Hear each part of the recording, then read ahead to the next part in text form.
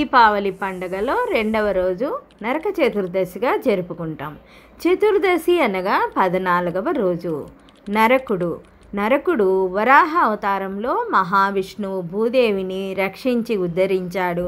వారిరువురి పుత్రుడే నరకుడు.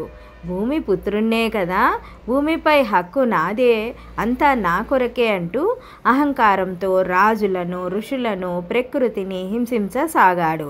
అంతేకాదు 16,000 మంది కన్యలను కూడా అపహరించాడు నరకుడు. కానీ తల్లి పుత్రుని అరాచకాన్ని సహించలేక భూదేవి మాత సత్యభామ రూపంలో జన్మించి కృష్ణుని సహాయంతో సత్యభామ నరకుని సంహరించింది. సత్యభామ అందానికి మాత్రమే కాదు, ధైర్యానికి, మరియు ఎవరైనా సరే చివరికి కొడుకునైనా సరే శిక్షించగల తల్లి సత్యభామ. కానీ కొడుకునైనా నరకుని పేర నరక చతుర్దశి అని పేరు పెట్టి భావితరాలలో తప్పు చేస్తే ఎవరైనా సరే నరకాన్ని అనుభవించవలసిందే అని మనకు పాఠాన్ని నేర్పింది సత్యభామ దేవి.